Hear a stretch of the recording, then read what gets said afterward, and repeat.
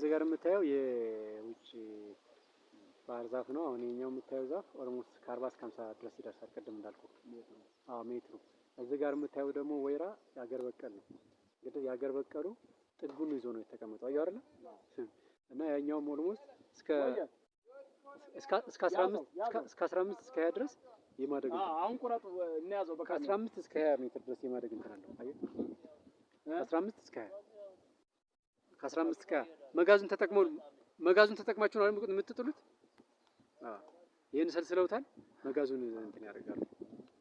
ምናልባት መምጣት አይችልም ነው። ትንሽ ከመታችሁት በኋላ ነው የሚመጣው።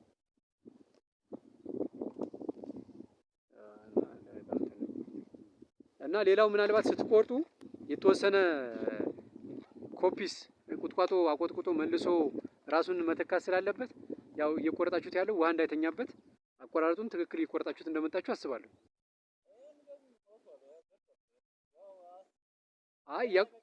አያበቅልም። አይ ችግር የለውም። ከላይ ካናቱ የምታየው እኮ እንትን ነው አለ ቅጠሉ። ስለዚህ ስትቆረጡት በአግባቡ ችግር የለውም። የተወሰነ እንትን ስለሚኖረው በአግባቡ ይቆረጥ፣ መልሶ ያቆጠቁጣል።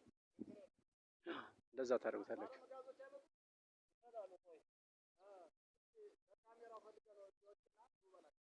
ምን ያህል ጊዜ ቆርጣችኋል እናንተ እንደዛ አድርጋችሁ?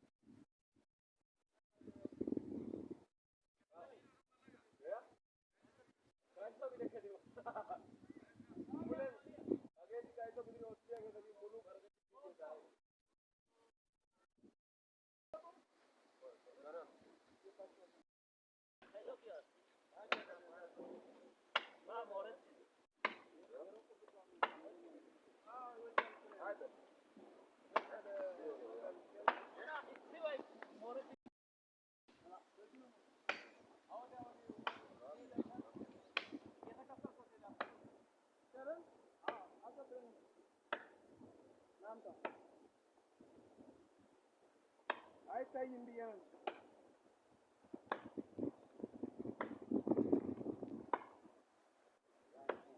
የኛው ግን ሊመጣ ይችላል እኮ። አትጠጉት። ወደዛ እኔ ያለሁበት አካባቢ ብትሆን ይሻላል።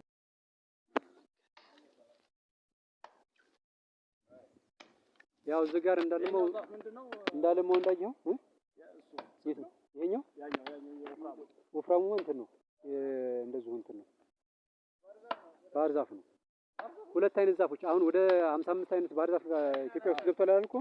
እዚህ ጋር አሁን የገቡት ቀዩና ነጩ ናቸው። አሁን እዚህ ጋር ሁለት አይነት ዝርያዎች ናቸው እዚህ ጋር። ቀይና ነጭ አሉ። ትክክል ነው።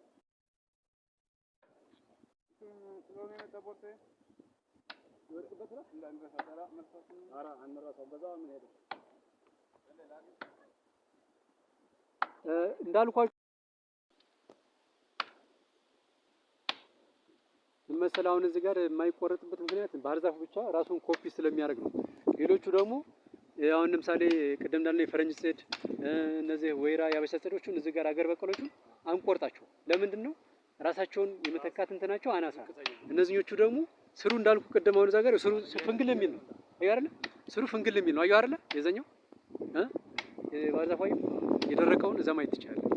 አገር በቀሎቹ ግን ስራቸው በጣም ወደ ውስጥ የጠለቀና የተሻለ ከውጭው የመጠበቅ እንትን እንዳላቸውም ያው ያሳያል። ይሄ ቆሞ የደረቀው ራሱ የምታየው ደግፎት ነው እንጂ እንትን ነው ስሩ የለውም። ስሩ እንደምጠብቀው አይደለም። ራሱን መቻል እንኳን አልቻለም። አየሁ ሲደርቅ። አገር በቀሎች ግን ቢደርቁ ራሳቸውን እንደያዙ ነው የሚቆሙት። በቁሙ ደርቆ አይፈነገርም። አየሁ አይደል? በተጨባጭ የሚታየው እንትን ይሄ ነው እንግዲህ